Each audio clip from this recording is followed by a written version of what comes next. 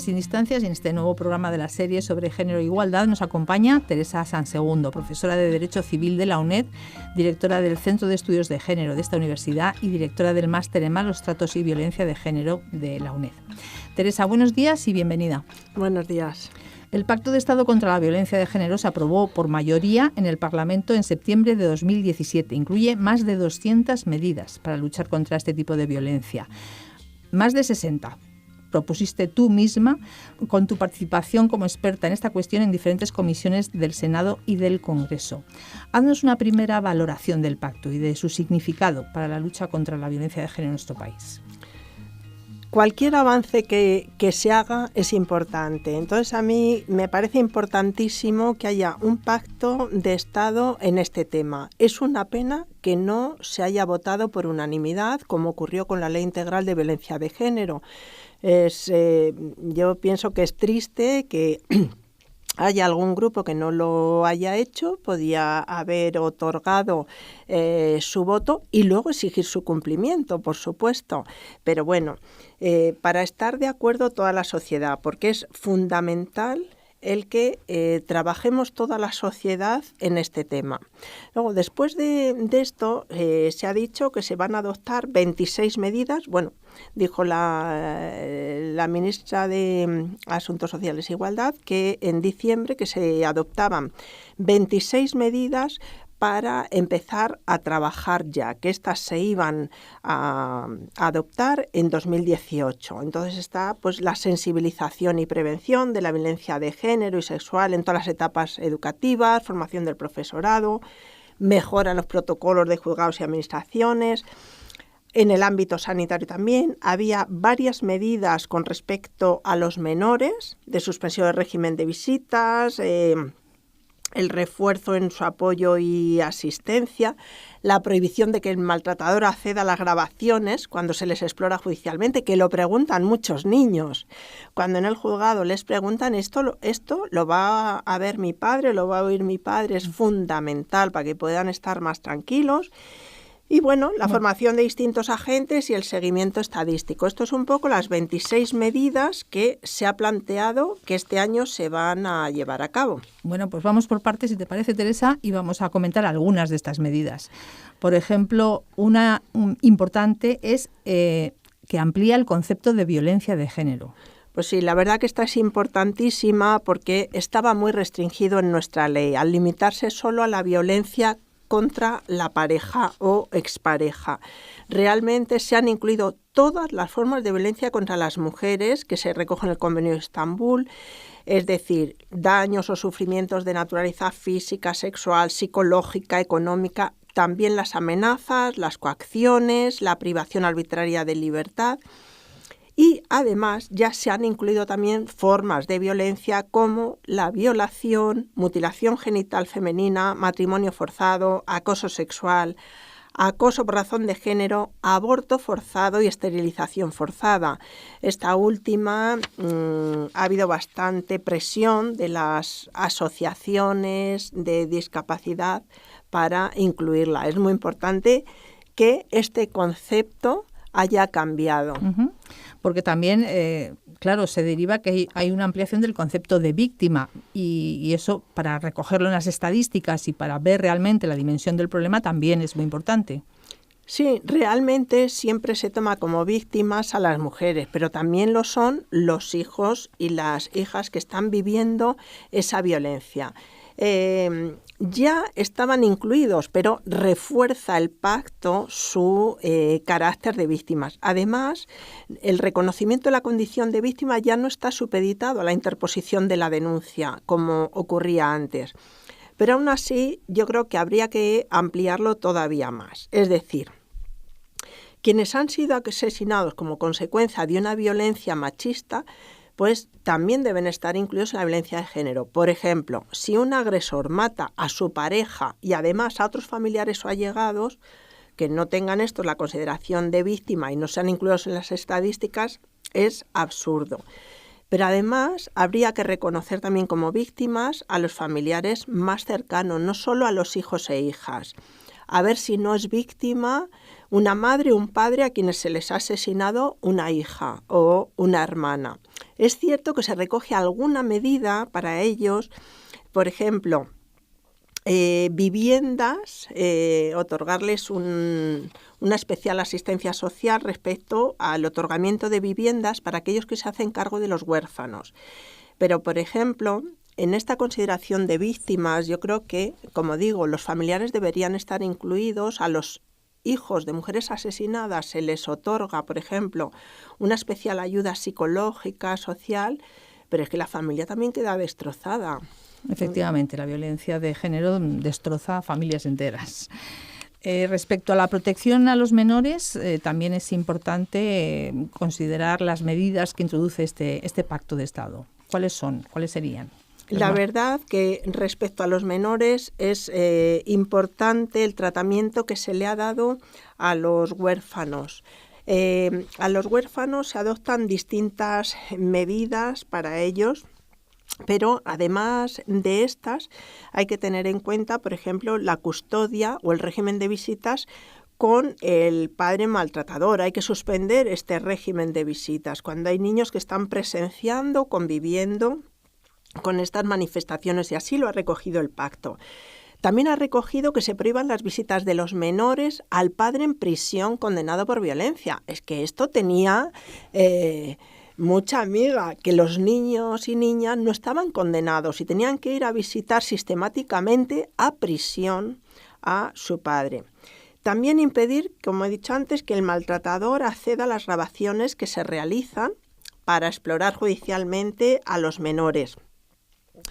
Otra medida que es muy importante es que la intervención psicológica con menores expuestos a violencia de género requería el consentimiento de quienes tienen la patria potestad, es decir, normalmente del padre y de la madre. Entonces, quien les había generado un mal para el cual necesitaban intervención psicológica, resulta que no daba su consentimiento para el tratamiento.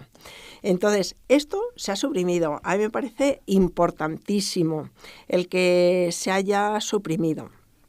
Hay un punto una medida que a mí me parece difícil, por decirlo de forma suave, que dice que se promoverá la puesta en marcha de puntos de encuentro familiar exclusivos y especializados para la atención a los casos de violencia de género.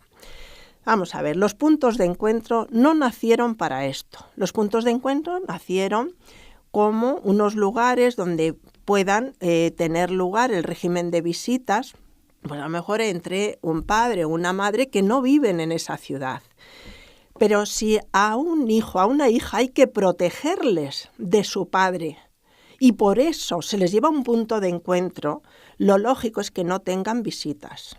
Entonces, esto de promover y poner en marcha puntos de encuentro familiar especializados en violencia de género, de verdad que a mí es que me produce sarpullido pensar que les seguimos sometiendo a los niños a esto. Sarpullido y dolor, ¿no? Respecto a la protección y la mujer víctima de violencia, ¿hay alguna medida en el pacto que sea especialmente significativa respecto a la protección y seguridad que deba proporcionarle a una mujer víctima de violencia en el momento de la denuncia, por ejemplo? Pues sí, se plantea, por ejemplo, el acompañamiento. Un acompañamiento y asesoramiento, digamos, integral y a lo largo de todo el camino que va a seguir esa mujer en la salida. Es decir, un acompañamiento no solo social, de escucha, de ayuda, sino también desde el punto de vista judicial, de acompañarle a juzgados respecto a que tenga abogado, abogada, que tenga procurador. Esto se le dota una mayor protección. Por ejemplo, también se impide que aquellos miembros de las fuerzas y cuerpos de seguridad del Estado que a su vez resulta que estén imputados en delitos de violencia de género, que no puedan acceder a los registros en los que puedan ver todos los datos. Por ejemplo, un mayor control y seguimiento de no solo de ella, sino también del agresor. Una mayor información de cuándo sale, etcétera, etcétera. ¿Tienen las mismas garantías de seguridad una mujer que denuncia en un juzgado pequeño de una localidad cualquiera española que en un juzgado de Madrid? ¿Tienen los mismos recursos de asistencia, de acompañamiento, de psicólogos, por ejemplo? Bueno, más que el juzgado, o sea, igual en el juzgado no hay tanta diferencia, pero es cierto que sí que hay mucha diferencia en los núcleos de población. O sea, de hecho, en el pacto sí que se hace referencia a que hay que tener una especial consideración a las mujeres que están en un ámbito rural. En un ámbito rural o en cuanto más pequeño sea el núcleo de población, mucho más difícil es la denuncia. Porque se conoce todo el mundo, la presión social es muy fuerte. En una gran ciudad pues se puede uno ir a vivir con todas las dificultades que conlleva, pero bueno, a varios kilómetros o a muchos. Entonces, es cierto eso y sobre todo yo diría que la presión social es brutal. Pero aparte de la presión social necesita un desplazamiento, porque generalmente no va a tener, como puede tener en ciudades más grandes, unos centros donde acudir para una atención psicológica. Entonces, está bien que el pacto tenga en cuenta a las mujeres rurales porque necesitan una especial atención, digamos, o distinta. Uh-huh. Teresa Sansegundo, y tú como gran experta en este tema, hay una cuestión que la verdad a todo el mundo extraña, que es por qué después de hacer tanta campaña para que las mujeres denuncien, campaña lo digo en el buen sentido, ¿por qué hay tan pocas mujeres que denuncian? Por ejemplo, de las 50 víctimas mortales de 2017, que he visto en un estudio, porque luego las cifras también se contradicen a veces, pero bueno, en general 50 víctimas mortales de 2017, solo 11 habían denunciado al asesino. Bueno, pues es que eso es lo que tenemos que pensar toda la sociedad. ¿Por qué denuncian tan poco? ¿Será que la ayuda no es tan grande? Porque si realmente vieran que al denunciar la ayuda es muy grande, denunciarían. Entonces, yo invertiría la pregunta. ¿Y las que denunciaron y les falló la sociedad? Porque sí que lo pusieron en conocimiento. Eso también disuade a otras de denunciar. Es que no es tan fácil lo de denunciar. No, o sea, es dificilísimo, estoy convencida. Sobre todo por eso, porque a lo mejor no tienen las suficientes garantías de protección. Claro, es que es muy difícil. Es muy difícil dar ese paso, sí. Este pacto supongo que viene por lo menos a tomar medidas para cubrir esas lagunas. Pues esperemos que sí, que todo sea para mejorar. ¿Cómo se evalúa el riesgo que corre la víctima de maltrato? Esto es realmente difícil, esta valoración. Vemos que además constantemente, por desgracia, tenemos a alguna mujer que ha sido asesinada o que la han matado y resulta que tenía aparentemente un riesgo bajo o un riesgo medio. Realmente es muy difícil de evaluar este riesgo, pero también en muchos casos no se están utilizando todos los medios tecnológicos para controlar a esos agresores. Es que yo creo que hay que por lo menos utilizarlos, porque ahí sí que hay una responsabilidad cuando lo ha puesto en conocimiento. Respecto a los agresores, ¿qué medidas introduce el pacto? Bueno, pues por ejemplo, a mí me parece una importante que es el que los medios de comunicación pongan más en conocimiento de la sociedad las sentencias, para que ellos vean que no hay espacios de impunidad. Es decir, que aquellos que han delinquido que van a tener unas consecuencias y además informar de esas consecuencias. Yo creo que además hay que cambiar la mentalidad, igual que desde hace años los violadores están muy mal vistos. Yo creo que esto es mucho más grave porque realmente están delinquiendo contra las personas más cercanas, contra las personas más vulnerables, contra aquellas que han confiado. Con lo cual me parece realmente grave. Entonces, la sociedad también tiene que ser más tajante en esto. la sociedad y el sistema que está para proteger a las mujeres víctimas de violencia y impedir los movimientos, por ejemplo, de los agresores, o impedir el quebrantamiento de la orden de alejamiento, que eso también se produce con bastante frecuencia. Claro, es que esto solo ocurre en este delito. O sea, cuando alguien es peligroso, se le intenta controlar a él. Esto muchas mujeres que han sufrido malos tratos se quejan de esto. O sea, resulta que se tienen que huir ellas una vez que, por ejemplo, salen de la cárcel, pues claro, están muy amenazadas. Entonces, es importante que el seguimiento se le haga a él. Es cierto que la protección hay que dársela a ella y a sus hijos, pero a veces también conculca sus derechos. Ellas los ven restringidos por su falta de movilidad, por ejemplo. Sí, parece que tiene que haber un cambio de enfoque, ¿no? En vez de controlar a la víctima, controlar al agresor. Sí, sí, sí. Bueno, estamos en Sin Distancias, en el tiempo de radio de la UNED, en Radio 3. Nos acompaña Teresa Sansegundo, profesora de Derecho Civil de la UNED y gran experta en maltrato y violencia de género. Y con su ayuda estamos hablando del Pacto de Estado contra la Violencia de Género y su desarrollo en relación a algunas de las medidas que contempla este pacto. Y algunas de estas medidas están relacionadas con la detección del maltrato, un aspecto también muy importante, por ejemplo, en el ámbito sanitario. Es importantísimo. La detección del maltrato requiere una educación por parte de toda la sociedad.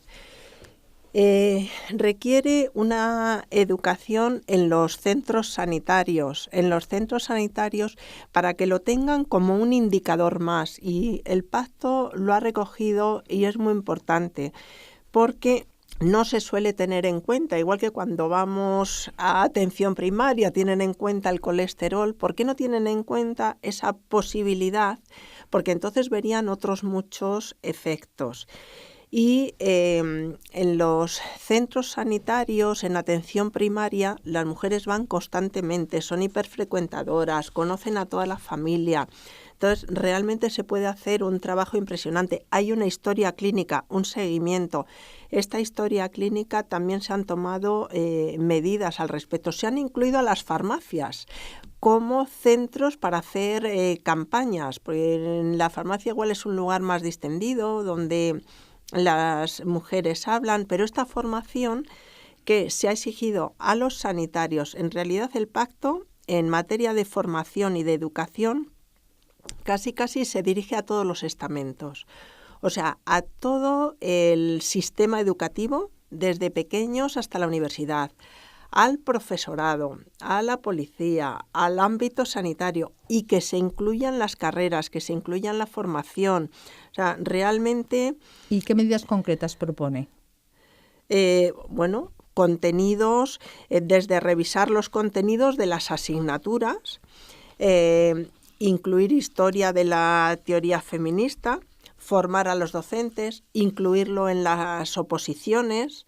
O sea, realmente tenemos ahí una labor impresionante para cumplir, introducirlo en el contenido de las asignaturas, porque es que ahora mismo, si cogemos la literatura, por ejemplo, pues muchas mujeres están al margen de la escritura. La historia ya no digamos, es la historia de la violencia, de las guerras, de los hombres que se iban a la guerra, pero incluso en las guerras las mujeres hemos jugado papeles muy importantes en la retaguardia, en los hospitales, en las fábricas, y han mantenido el país mientras ellos estaban en la guerra.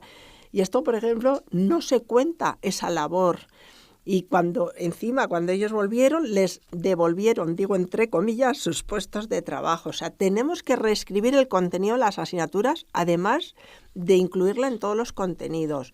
En los centros educativos establece también medidas de control, precisamente para que haya una forma de resolver los conflictos de formas no violentas. Hay mucho que hacer para erradicar la cultura machista, ¿no? Que es en la que nos hemos educado todos. Sí, sí. Bueno, tan solo hace unos días que se ha creado la comisión para el seguimiento de unas medidas que todavía en la mayoría de los casos no se han puesto en marcha. ¿Hasta qué punto están desarrollándose? Estamos en el inicio. Estamos en el inicio del camino y es fundamental que haya un seguimiento y un control para que todas estas medidas no se queden en papel mojado y vayamos exigiéndolas. O sea, es fundamental el seguimiento. Hay un apartado en el pacto relacionado con el seguimiento estadístico que tú tienes especial interés en comentar porque se refiere a la necesidad de conocer datos sobre el número de niños que sufren abuso sexual en el ámbito familiar o cercano.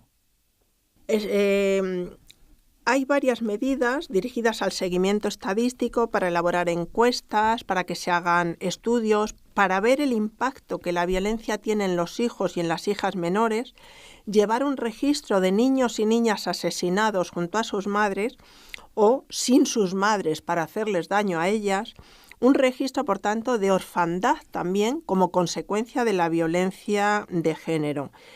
Es muy importante, como dice el pacto, incorporar indicadores que permitan conocer el número de niños y niñas, menores y jóvenes que han sido víctimas. Por tanto, va a ser importante estos indicadores también de edad. Pero a mí me interesa mucho un punto en particular, y es que se dice que se incluyan nuevos baremos e indicadores en la macroencuesta de la Delegación del Gobierno para la Violencia de Género sobre todos los tipos de violencia sexual. Dice esta medida con especial atención al llamado acoso callejero. Yo creo que es fundamental que en las estadísticas se aborden los abusos sexuales a menores y especialmente dentro de la familia, para conocer la entidad del problema y sacar a la luz el número de menores que están sufriendo abusos sexuales. No se ha recogido expresamente en el pacto, pero como se dice que se hace referencia a todos los tipos de violencia sexual de los menores, yo creo que desde luego tiene cabida. Soy consciente de que esto es muy difícil en un sentido. A los menores no se les puede preguntar, pero bueno, pues preguntemos a los mayores. O sea, si a partir de los 18 años podemos preguntar, podemos saber la violencia que hay, por ejemplo, en el tramo de 18 a 22. Yo no creo que sea muy diferente de la que hay de 14 a 18 y puede ser un indicador muy importante en esta materia. De acuerdo, Teresa. Bueno, como un factor muy importante en nuestra sociedad son los medios de comunicación, me gustaría terminar con algún comentario final sobre las luces y las sombras del papel que juegan los medios de comunicación en todos estos temas que estamos hablando. Pues es importantísimo y la verdad que le han dedicado bastantes medidas del pacto, se refieren a los medios de comunicación. El problema está hasta qué punto esto se va a aplicar, porque claro, no son solo las campañas que puedan hacer los medios, sino todo el material audiovisual que se ofrece, lleno de estereotipos, lleno de sesgos. Para fomentar el que esto no sea así, se van a poner sellos de calidad, no dar subvenciones a aquellos contenidos que tengan un contenido sexista. O sea, hay medidas, digamos, disuasorias, pero aparte de eso, yo creo que tiene que haber un mayor control. Es difícil también, porque no son solo estos medios, sino también Internet, por ejemplo. Entonces, no es solo lo que reciben, digamos, de nuestro país, sino hoy día lo que se recibe del mundo entero. Pero es fundamental que colaboren los medios, las campañas que hacen, que tienen que ir dirigidas a distintos niveles, a toda la sociedad, a las mujeres dándoles pautas de qué hacer, de cómo detectar, a los jóvenes, a los educadores, o sea, y mucha formación también para los comunicadores en estos aspectos. Muchísima. Porque también pueden cumplir una labor muy positiva, como de hecho yo creo que la están haciendo, difundiendo contenidos en favor de la igualdad, por ejemplo. Hombre, han hecho una labor importantísima en violencia de género, que es concienciar de que este problema existe. La paradoja actual es que todo el mundo piensa que sabe más de la violencia de género y en qué consiste de lo que luego es. Entonces ahora necesitamos profundizar en ese tema. Y tampoco, además, dar demasiados mensajes, porque precisamente si más del 20% de españoles de 15 a 29 años, los más jóvenes, considera que la violencia machista es un tema politizado y que se exagera mucho, pues no estamos por el buen camino. No, hay que hacerles ver qué es la violencia y qué hay que considerar violencia, la falta de respeto al otro, el invadir su terreno personal. De acuerdo, Teresa. Bueno, pues muchísimas gracias. Teresa Sansegundo es profesora de Derecho Civil de la UNED, directora del Centro de Estudios de Género de esta universidad, directora del Máster en Malos Tratos y Violencia de Género de la UNED también. Muchísimas gracias por tu participación en Sin Distancias. Gracias a vosotras por plantear estos temas.